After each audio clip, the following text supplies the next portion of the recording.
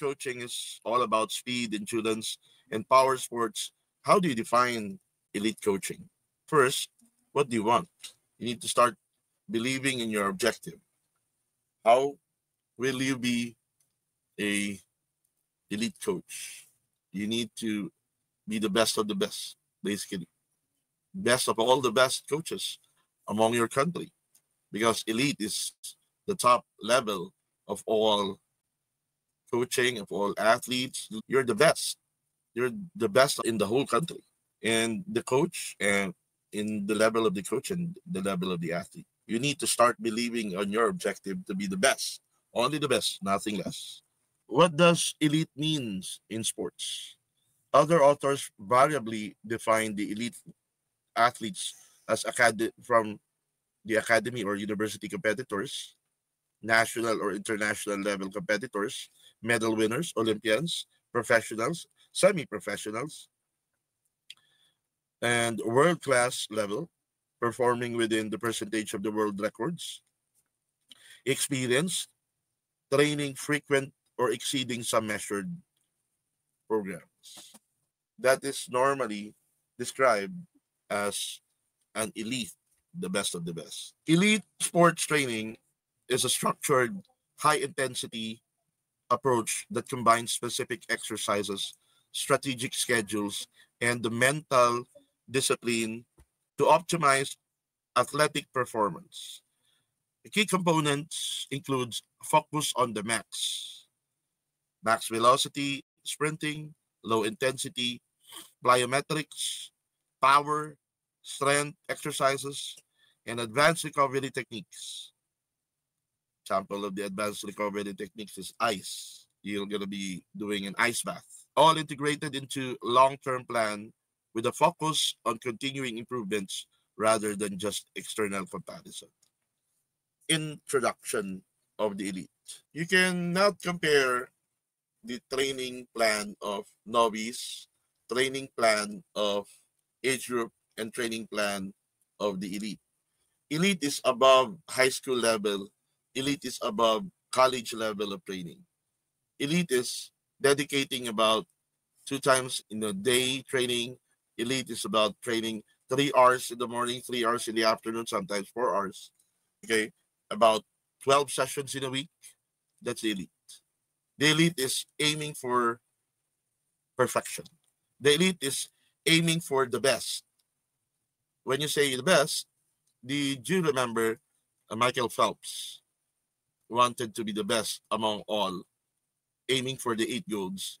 He doesn't have a break within a week. So he trains 365 days in a year.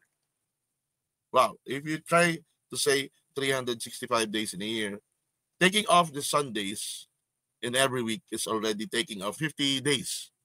When you say 50 days, taking off 50 days from the 365 days in a year, that's 315. So that's a total of, wow, 365 days minus 50 days of Sunday. So it's really a big thing. Can you take off Sunday as an elite? If you're Michael Phelps, can you afford taking off 50 days or 50 sessions? Definitely. It's really important. Okay. So you wanted to be the best of the best. You want to be perfect. So, for example, let's try to compute. Okay. You're training so if you're training IM, so 10 by 100 kick is already 10 by 100 kick of the fly is already what? 10 by 100 on 130 will be 15 minutes. 10 by 100 pull on 130 is 15 minutes again. So kick and pull alone for 10 by 100 is already 30 minutes. That's only for one stroke. If you're talking about 4 strokes, okay, you're talking about 8,000 meters for a 10 by 100 per pull, 10 by 100 per kick. Okay, that's a total of 8,000. 8,000 in one Okay, you're talking of 4,000 per hour. So 2 hours, that's 8,000 already. If that's about, if that's with the swim, if that's about 3 hours, that's about 12,000.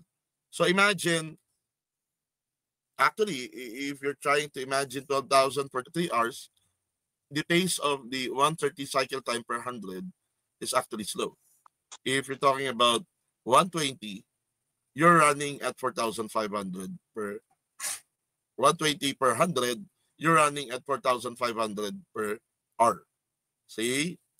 So you need to understand that if you're running at 3 hours, squeezing in the whole schedule, you are running at rough estimate, you're talking about 12,000 per 3 hours. So 24,000 per day, that's about 3 hours in the morning, 3 hours in the afternoon. So the load itself is already 24,000 for the morning and afternoon of 3 hours each. Okay. If that's about 10 sessions in a week, you have 240,000 meters. So you need to know what is the caliber of pacing at 10 100s on 130. See? So that's elite. That's above the best of the best. Okay? So just think about that. That's only for swimming. If you're talking about running, okay, if in an oval, that's about normally if you're just doing about 2 minutes per 400, okay, after the elite level is averaging 130 cycle time per 400. So for the elite level, 130, 10 by 100, 10 by 400 on 130 cycle time for the middle distance and distance, that is actually 4,000, okay, for the 10 by 400. 4,000 in a span of 15 minutes. See? 4 kilometers in a span of 15 minutes. So think about it. You need to know what is the caliber level of endurance, caliber level of capability of the elites. The elites is dedication. When you say elite, you're above expectation with regards to the level of performance, the level of capability, the level of taking the hardships among all the athletes, especially for the coaches. If you're an elite coach, you're going to be expecting that you are the best of the best among all the coaches in the country.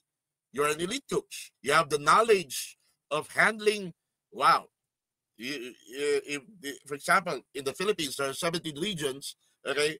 Who among the 17 region coaches can debate with you because you're too knowledgeable. You can easily give them the whole program and they just follow because you're the elite coach, the best of the best. Why choose elite coaching? The nation's honor, that's elite coaching. Honor that you're one of the best. It's not about money. If you're talking about elite coaching, money is secondary. Okay, money will just come. It's more of, if you think about money, you're just thinking about grassroots.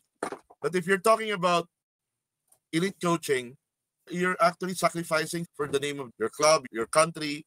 But if you're talking about honor, it's number one, it's the nation's honor.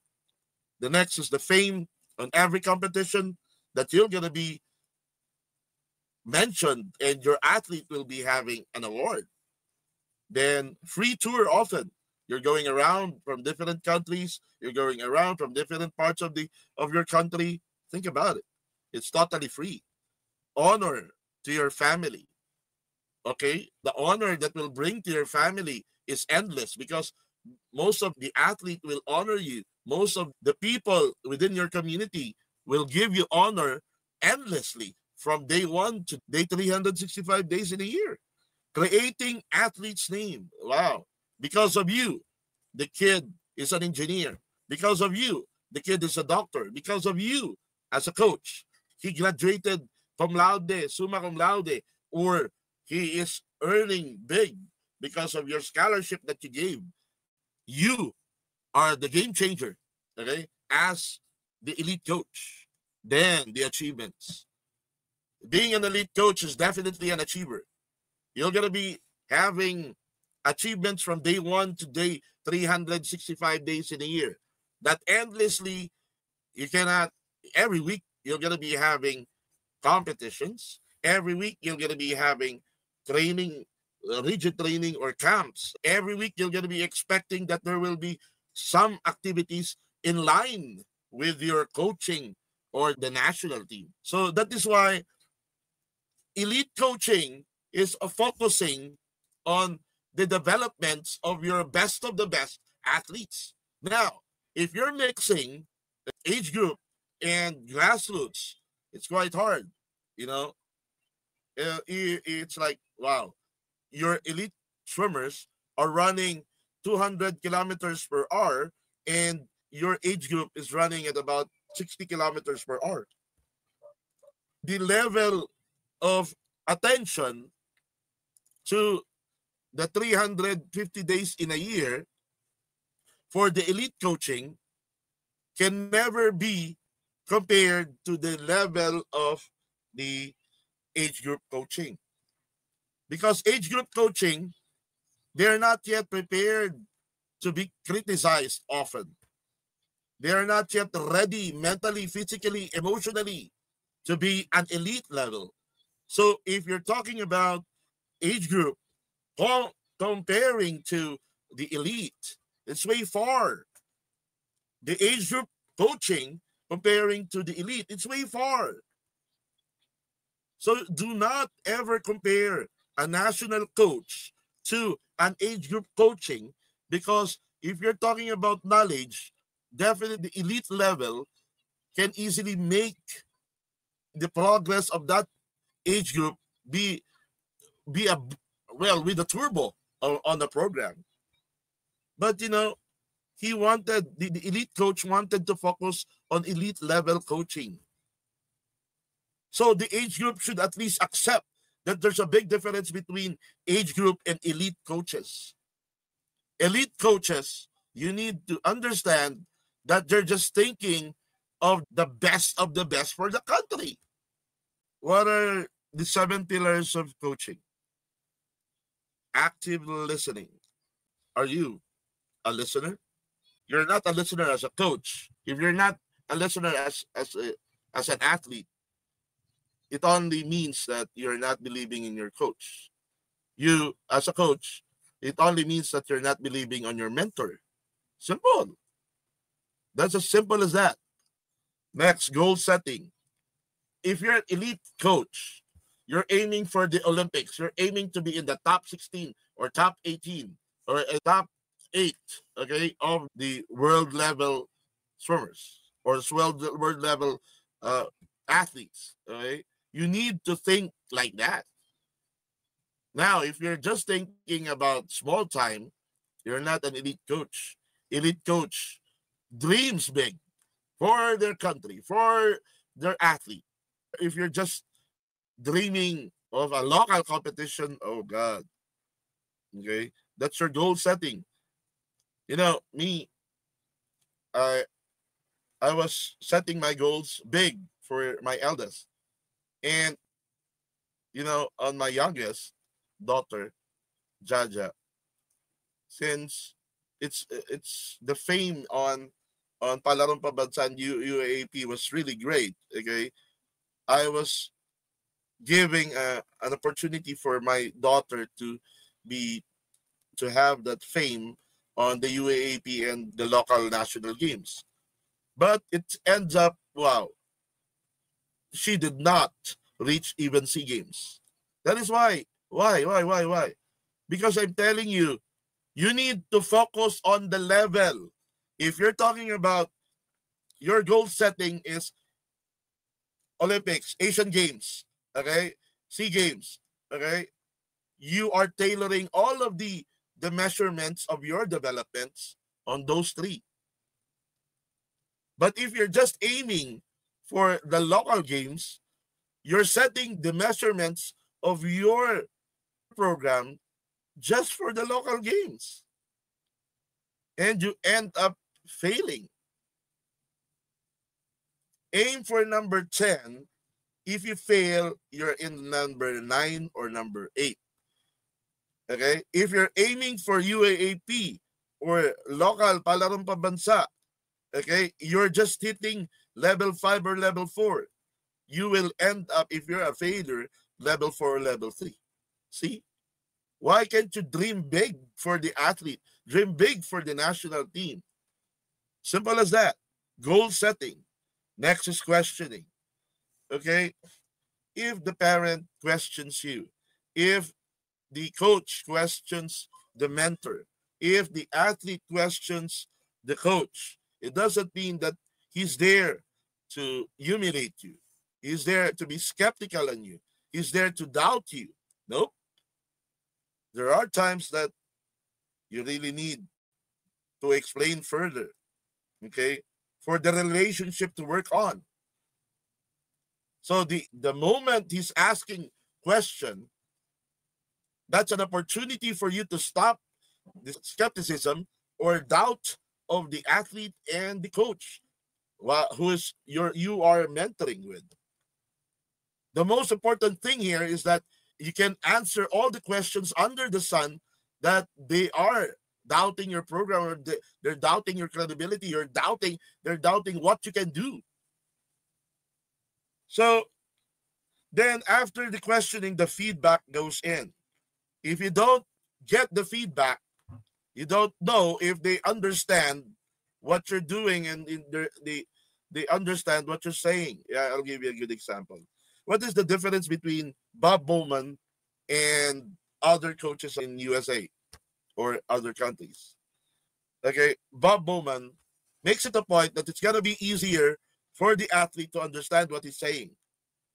Bob Bowman is thinking of what is the status of the kid for him to understand perfectly what Bob Bowman wants. See, Bob Bowman wants to make it simple. It doesn't mean that you're a good coach. You're going to be saying words which is, oh wow, I'm a sports science coach, I'm a physiotherapist, okay, and I'm gonna be saying words that it's gonna be that will bring out, wow, this is a very intelligent coach. I cannot really understand what he's saying. See, it doesn't mean that he's amazed with your words of saying it. Does it mean that he understands you? See, you may say the technical words that the parent will be amazed, the coach will be amazed, the athlete may be amazed, but basically they don't understand you. They are amazed because you're so technical, but deep inside they don't understand you. The adaptive confidentiality. Okay, for example, you know, there are emotions in between the training. Okay, if you don't give them an opportunity to communicate with you, it's going to be a big problem. Confidentiality speaks about, for example, the kid is emotional on you, the kid is emotional on the team, and the kid doesn't want to tell the team, so she will not be, the relationship between the team and the coach will not be affected. You need to stay very confidential with regards to those things, because if you're not going to be doing the agreement, okay, the athlete will not respect you anymore. Okay, so you don't make it as a fun thing, okay, just to humiliate your athlete. Okay, this is not age group. This is above the level of, if you're talking about humiliation, wow, you cannot humiliate the elite athlete. You're supposed to give them love. Okay, you need to let them feel important. Now, adaptability. Now, if you're talking about adaptability, there are workouts that they cannot really adapt on. Okay, there are workouts that it's they're not comfortable with. So you need to understand that there are athletes that doesn't blend on your kind of a program. So you need to be so good on evaluating your program, your athlete, your coaches, your staff, if he is blending. For example, there are coaches which is not blending on this kind of an athlete. So it's very important for you to know if they blend, if they adapt in the program or in the coaching staff. That's adaptability. Now, so he needs to be adapting easily on the program or the coaches. Continual development. Be sure that the athlete is not stagnant. Be sure that the coach is not stagnant. Be sure that the coach improves. So if the coach improves, the swimmers, the athletes improve. It's going to be hard to make the athletes improve if your coaching staff is not improving. That's a big problem, tell you. What is an elite athlete? An athlete who has reached the highest level of performance in a particular sport. Well, I think it's understood that, for example, the elite athletes are the national team. Simplify it. So now the question there, for example, if you're an elite athlete but you are tied or 1, 2, 3, you're ranked number 3, okay? If you're ranked number 3 and number 4 for the freestyle, definitely you're gonna be included on the national team. Okay, now 100, 50, and 200. Now, if you're ranked number 3 for the breaststroke, the butterfly, and the backstroke, anytime you will be called, because there are competitions which is about 2 competitions in one Saturday or Sunday, that there will be 2 invitations for your country.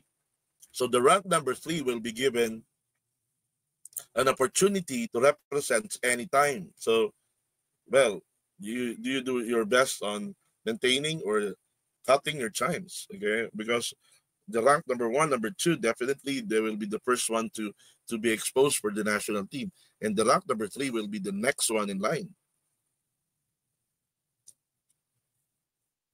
Activeness for the coaches will mean an opportunity for them to be part of the national team. But if you're not going to be producing great athletes, well, it's definite that you will not be included as a national coach. This is what you call a timeline. 30 minutes. Normally, you consult a partner with a veteran coach. Day 10, training journey, check-in. Day 30, evaluation of your program. Day 60, exams on the effectiveness of the program. Day 120, mid-year assessment. That's normal timeline on your program. How we get here. Number 1 is from your mind. Think about the goals you want to accomplish. If you want to accomplish SEA Games, well, it's a shorter time. If you're trying to accomplish World Cup and Olympics, that's 4 years. 4 years, 2 years for the SEA Games, okay, that's 700, okay. You take note, if that's about 350 days of training, you're having 700 days in a year. If that's about the Olympics, 1,400 days in a year, you're talking about 350 days in a year, okay. So you need to think, will I be doing this kind of simulation if I do the program, if I'm going to be having simulations of 10 simulations in a day, 4 by 50 on 40 seconds. I'm aiming for 200 fly, 4 by 50 on 40 seconds. He should be at least 29, 29, 29, 29. So you're doing 10 sets of that, okay? 10 sets of that every day. For what? For 700 days. See? So 700 days times 10. That's 7,000 simulations of 4x50. So 7,000 simulations of 4x50 for 2 years, that means a lot. You're doing 7,000 simulations of 4x50 on 40 seconds or 35 seconds cycle time. See? So you need to think, how do you do it? On the Olympics, am I doing 1,400 simulations in 1 year? See? Because I'm doing 10 simulations a day. Think about it. Now, let's make it double. 2 times in a day. So the 700 days can be 1,400 days. 1,400 simulations for 2 years. See? 2,800 simulations for 4 years. No. You're talking of 7,000 simulations for 700. 7,000 simulations. So 1,400 simulations for 2 years. For 2 times in a day. 14,000 for short. 14,000. Now, visualize the success. Visualize the success is just telling you, hey, what do you think? In a 1,000 simulations, what do you think? The 29, 29, 29, 29, 29, or 30, 30, 30, 30, 30? Is it possible that you can take about 4x50 of the butterfly, 30, 30, 30, 30? As what? 2 minutes. What do you think? Is the maturity can be obtained in 500 days or 700 days? 700 days? Wow. 700 days is 14,000 simulations in 2 years. That's how you visualize the success. Engage on healthy mental practices. Now, you're talking about healthy mental practices. Your intakes. What do you want? You wanted more of the vegetables, more of the. You want the rhythm of your training. You can have relaxed time. You can schedule. What do you want? More of the eating habits will be organized, well organized by the dietitian. Okay, so healthy mental practices. It's basically you can relax, set your schedule so you can be well relaxed, not stressed. Heart, trust that you know yourself best. The cardio level should be always not being disregarded. Then believe in the power of your motivation. Everywhere you go, you're supposed to be having your motivation to sustain what you're doing as a hardships in your training. No, you can do anything if you put enough effort into. It's hard, you know, it's hard. But the reach from rugs reaches of Senator Pacquiao, you saw how he delivers. Okay, the efforts of being a superstar. Next, body. Listen to your body. Never push yourself beyond your capabilities. You know how to feel yourself if you're incapable or not. Okay, feel yourself. You don't just merely follow instructions without feeling your body if you're able to comply with the demand of training or not. Next, breathe, stretch, and allow plenty of time to recover. As I told you, you really need to schedule what kind of recovery, what kind of relaxation would you like per day. Okay, definitely you're gonna be needing that. Okay, stay hydrated. It's gonna be easy for you to do it. Just stay hydrated.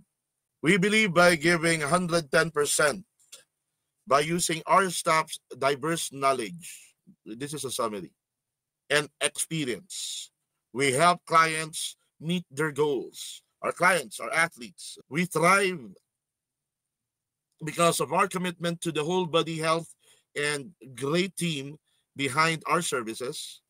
As Plato once said, for man is to conquer himself.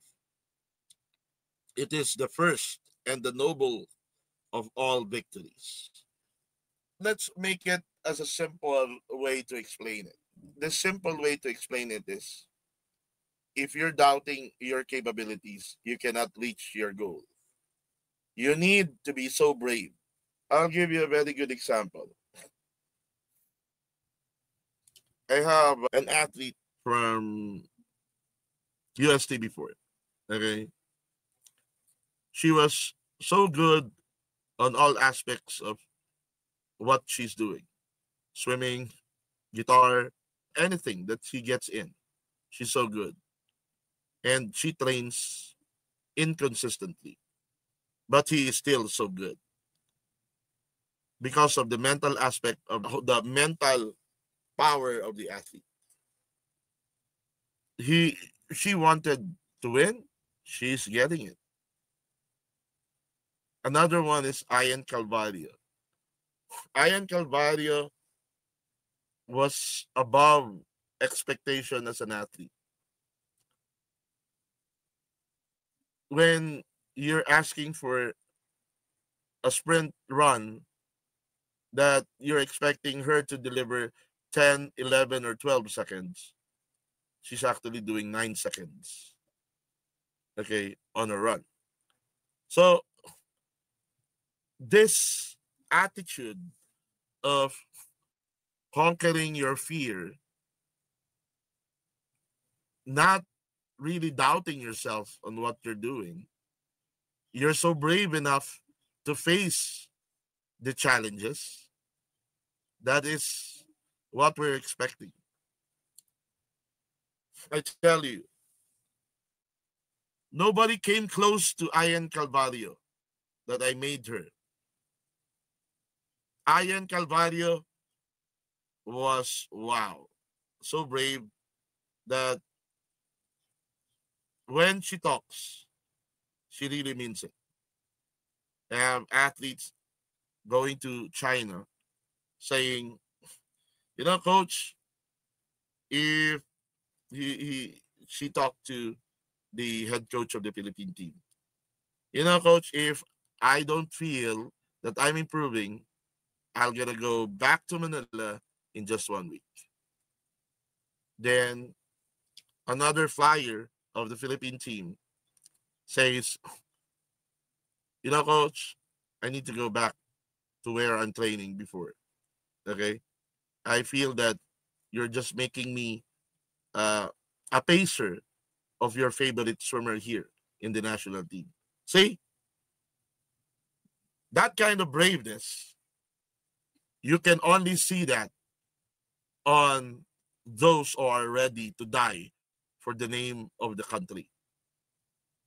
He or she is so brave enough that he respects the coach, but he is ready to die for what is he or she is fighting for. That's the attitude of braveness, okay, above what you can expect. Elite coaching, I've been uh, managing rugby Philippines, okay, in HMR, okay. The owner of the HMR has about 7 rugby teams in the Philippines. Now, one of the rugby player that I have is actually uh, coming from, what's this? Um, Bicol. He's the I think major of the Coast Guard. You know him, Percival. Yes, coach. The one that you show in the picture, si Coach Palo, Sir Palo. Oh yeah, Mr. Palo. Mr. Yes po. Palo was under my supervision on where I'm managing the HMR rugby team. Mm. It's like this: the best of the best. So the group that I made was all Filipino, the best of all Filipino rugby team. I made it there. I got 300 pounds, big guys. Wow, we're traveling in the middle of the night just to come there in the middle by about 4 o'clock in the morning in in the in the game area. Okay, you see, the whole aspect of choosing athletes are you need to have your criterias. Okay, so they're willing to sacrifice that. They are traveling from 7 o'clock in the evening going to 4 o'clock in the morning in Calamba. Okay, I'm letting them travel that far just to play rugby. Okay, I'm getting funding coming from a corporate, which is HMR, just to play rugby. See that the criteria is the best body and the best active persons at the ages of 28 to about 39 or 40. Okay, so I got those people to come in. Now, coaching elite is the best of the best. You have best athletes. You're supposed to be respected as one of the best coach if you're just focusing on elite athletes. You need to separate. You need to delegate those age groupers to your assistant. You need to focus on the elite level. It's quite hard to focus at the same time on the elite and the age group. Guys, I'm telling you, you're gonna lose the elites. The elites are sensitive. The elites, again, I'm just telling you, are sensitive. If you give more time to the age group and the elites are, wow, they feel sensitive and you did not balance the attention, the developments of the athlete on the elite will be stagnant, and at the same time, they will feel unwanted or disregarded. So think about it, okay? The elite level wants attention. The elite level, you really need to value their time because they feel that they are the best of the best, and your attention is from the first second up to the last second of the training session just for them. Try to coach an elite and you're spending too much time on talking to a telephone. You're gonna be having a walkout on athletes. There's a big difference between coaching an elite level and coaching an age group. Okay, the elite level is so sensitive.